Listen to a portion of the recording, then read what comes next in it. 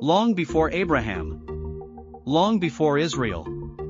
Long before the Bible was written.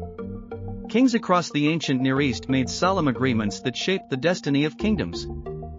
These were not ordinary promises. They were covenants. And a covenant was not signed with ink. It was sealed with blood. Throughout Mesopotamia, Syria, Anatolia, and the Levant, covenant ceremonies often included the sacrifice of animals. The animals were cut apart and placed opposite one another, creating a pathway between the pieces. Then came the most important moment.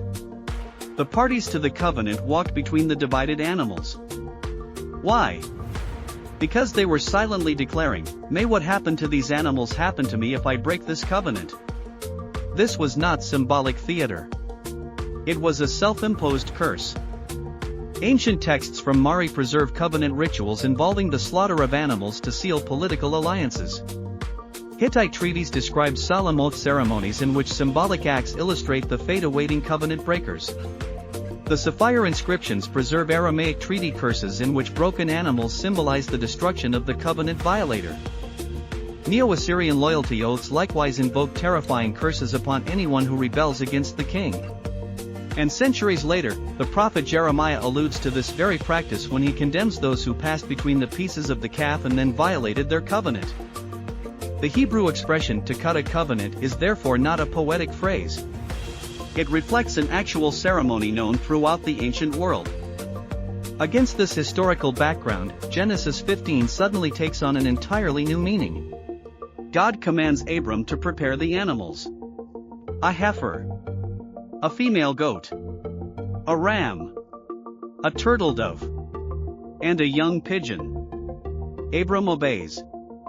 He cuts the larger animals in two and lays each half opposite the other. The stage is now set for a familiar covenant ritual. Every ancient listener would know what should happen next. Both parties should walk between the pieces. But Genesis refuses to follow the expected pattern. Abram does not walk. Instead, a deep sleep falls upon him. Darkness covers the scene. A deep sleep falls upon Abram. Darkness covers the scene. And then, through the darkness, two mysterious symbols appear. A smoking firepot. And a blazing torch. Together they pass between the pieces. Only God walks the covenant path. This is the theological revolution at the heart of Genesis 15. The covenant does not depend upon Abram's ability to remain faithful. God alone accepts the covenant obligations. God alone bears the covenant curse.